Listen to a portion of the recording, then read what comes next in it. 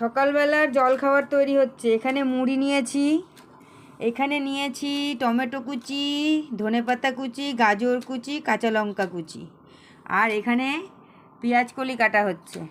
এবারে পেঁয়াজ কাটা হবে। এই যে নিয়ে নিয়েছি চাট মশলা, নিয়ে নিয়েছি তেল। এখন মশলা মুড়ি মাখা হবে, মশলা মুড়ি মেখে সকালে জলখাবার দেওয়া হবে। তো এই হচ্ছে ব্যবস্থা। বাবান এই যে পেঁয়াজ কলি কেটে দিচ্ছে এখন, আর আমি এগুলো কাটলাম সব ঝিরিঝিরি করে। তো আমি মুড়িটা মাখাবো, মুড়িটা মাখিয়ে আমি পূজা করতে করতে উঠে এসেছি, ওই জন্য বললাম যে তুই একটু পেঁয়াজটা কেটে দে। আবার পেঁয়াজ নাড়বো, ঠাকুরের ভোগ সাজিয়ে রেখে এসেছি, টাইম হয়ে গেছে খেতে দেওয়ার। তো ওই জন্য বললাম খেতে দিয়ে দিই, তারপরে হচ্ছে এই করব। তো ও পেঁয়াজ কলিটা কেটে দিচ্ছে আর পেঁয়াজটা কেটে দেবে। ওরা পেঁয়াজটা মুড়ির মধ্যে তুলে নিয়ে নেবে, তাহলেই হবে। আমি এগুলো দিয়ে একদম মাখিয়ে দেবো। ও আর একটা জিনিস কাটা হয়নি, সেটা হচ্ছে শশা। শশাটা আমি একটু কেটে নিই, তারপরে আবার তোমাদেরকে মশলা মুড়ি মাখা